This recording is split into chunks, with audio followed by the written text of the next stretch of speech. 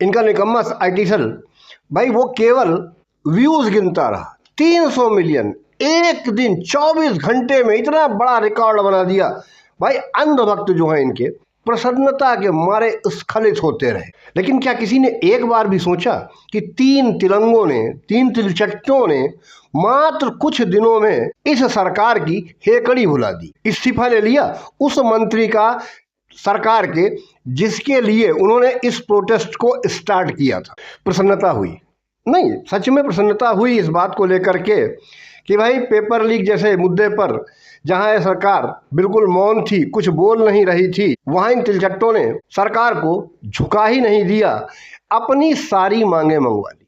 अब सवाल ये है कि क्या ये सही है या कुछ ऐसा तो नहीं है कि इस प्रोटेस्ट की आड़ में कुछ ऐसा पक रहा है जिससे हमारे देश को खतरा है। देखिए, सीजेपी प्रोटेस्ट से कई चीजें तो सामने आ गई। नंबर 1, धर्मेंद्र प्रधान जो अब तक इस्तीफा नहीं दे रहे थे, उन्होंने अपना इस्तीफा दे दिया। सीजेपी वालों ने इस पर प्रसन्नता जाहिर नहीं किया। उन्होंने जो कमेंट्स डाले हैं, जिस तरीके से वो सोशल मीडिया पर बयान दे रहे हैं कि झुकती है दुनिया, झुकाने वाला चाहिए, आप बिना डरे अगर हमारा साथ देंगे तो हम इस सरकार से किसी भी मंत्री का इस्तीफा ले लेंगे। ये वही सरकार है जो जनवरी फरवरी से न यूजीसी पर कुछ बोली, न सवर्णों पर कुछ बोली, न नीट पेपर लीक पर कुछ बोली, न उस पेपर लीक से हो रहे दुष्परिणामों पर कोई प्रक्रिया जाहिर की। न ही सरकार ने अपने समर्थकों की सुनी, न उन लोगों की सुनी जो इनको समझाते रहे, बोलते रहे, यूट्यूब के माध्यम से, ट्विटर के माध्यम से डिफरेंटली वो बोलते रहे, शुरू से लेकर अब तक बोल रहे हैं, लेकिन सरकार ने उनकी सुनी नहीं, उनको साइडलाइन कर दिया। सुनी किसकी?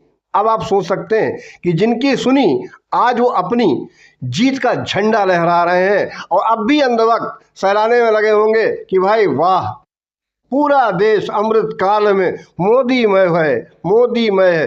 भाई इसके बाहर निकलो। ये सरकार पेपर लीक जैसे सेंसिटिव मुद्दा हो, चाहे एथेनॉल ब्रांडिंग, ये सब खत्म नहीं हो गए हैं।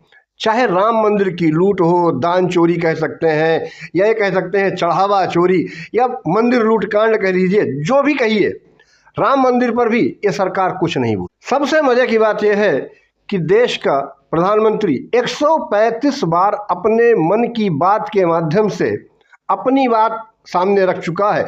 वही व्यक्ति 5 मिनट के लिए भी अपना समय नहीं निकाल पाया इस पेपर लीक पर, या जो मैंने यूजीसी से लेकर अब तक जितने भी समस्याएं देश में घट रही थीं शिक्षा से संबंधित, उस पर उनके पास बोलने के लिए कोई समय नहीं था। मौनी बाबा अपना मौन व्रत धारण किए रहे और जब बाहर आए, कब आए? जब तिलचट्टों ने इस प्रोटेस्ट को ऐसा रूप दे दिया कि उन्हें रात के 12 बजे आना पड़ा। तो मित्रों मित्रों बोलकर पितरों तक पहुंचाने वाले इन महान शख्स ने 180 सेकंड की एक रील इंस्टाग्राम पर डाल दी, क्योंकि जनजी तो वहीं मिलेगा। ये 180 सेकंड की रील जिसमें मित्रों से हटके फ्रेंड्स पर आ गए मोदी जी, यही एक रील ऐसी थी जो वायरल हो गई, जिसको अंधभक्त बहुत कुछ बढ़ा चढ़ा कर बता रहे हैं, बहुत ज्ञान बांट रहे हैं कि देखिए मोदी जी के आने से देश में क्या क्या हो जाता है। 300 मिलियन व्यूज हो गए इसके, 24 घंटे में इससे ज़्यादा व्यूज कभी आए नहीं। भैया व्यूज अपने गिनते रहिए बैठकर। यही वो रील थी जिससे तिलचट्टों का काम आसान हो गया। वो समझ गए इस सरकार को कैसे झुकाया जा सकता। ये पहली बार नहीं था कि मोदी सरकार ऐसे प्रोटेस्ट के सामने झुकी।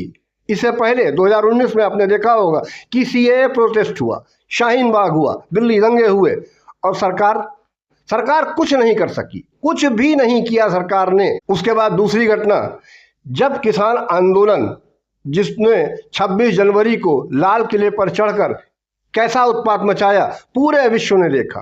किसान आंदोलन को बढ़ने दिया गया, वो रोका जा सकता था, लेकिन ये सरकार की नाकामयाबी ही थी दोस्तों कि 3 कृषि कानून जिनसे किसानों को बहुत सहायता होने वाली थी, उन्हें वापस लेते समय क्या कहा गया?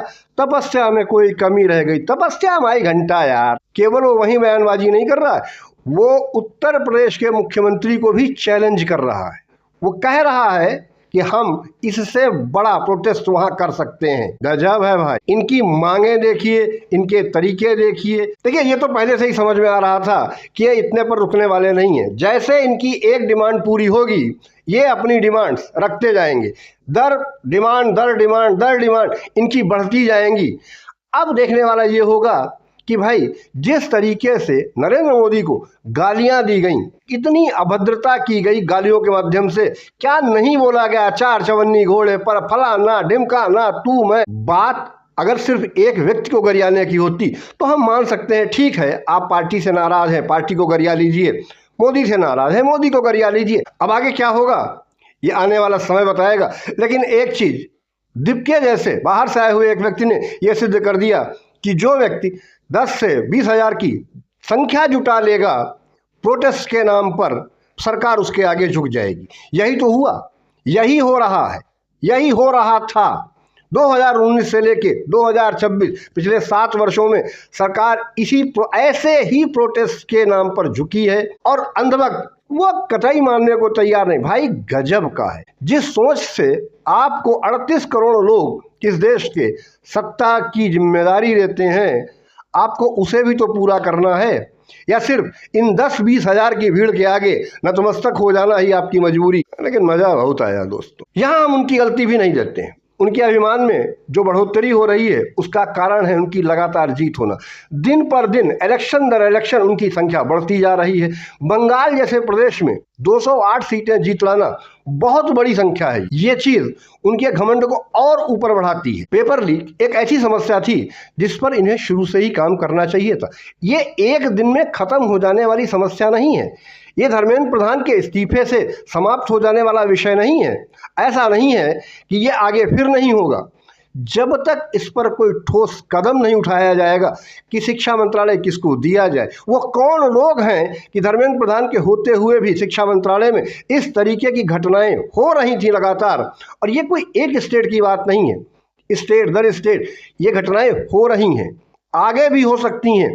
ये कोई आज की समस्या नहीं है, ये पिछले कई सालों से, दशकों से इस समस्या का कोई समाधान अब तक नहीं निकला है। किसी बीजेपी प्रोटेस्ट ने भाई एक चीज तो कर दिखाई कि जो चीज वो लोग चाहते थे, जिस मुद्दे को लेकर के उन लोगों ने शुरुआत की, उसे अंत तक ले गए, और वो पूरा का पूरा कार्यक्रम उनका सफल हुआ। अब उनका दम्भ, उनका अभिमान बढ़ेगा, किसी भी प्रकार से हुआ हो। लेकिन इस प्रोटेस्ट से एक चीज तो हुई, उन माँ बाप को जिन्होंने अपने बच्चों को खो दिया इस नीट पेपर लीक या पेपर लीक की वजह से, उनको सांत्वना मिली होगी। उनके लिए सरकार कुछ आगे सोचेगी, करेगी। पिछले 7 महीनों से ये सरकार जो मौन थी, इसका मौन व्रत टूटा। अब सच्चाई ये भी है कि सरकार अगर अब कड़ाई से कदम नहीं उठाएगी तो क्या फिर ऐसे प्रोटेस्ट हमें देखने को मिलेंगे? आप लोग क्या कहते हैं? क्या है आपकी राय?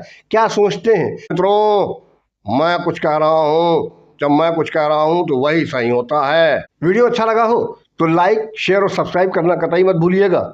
हाँ, मिलते हैं आपसे इसके अगले अंक में। अब देखना ये होगा कि ये तिलचट्टे कहाँ जाकर रुकेंगी, और सरकार जो ये वादे कर रही तिलचट्टों से उसका क्या होगा। मिलते हैं आपसे किसी अन्य वीडियो में, तब तक के लिए जय हिंद, धन्यवाद।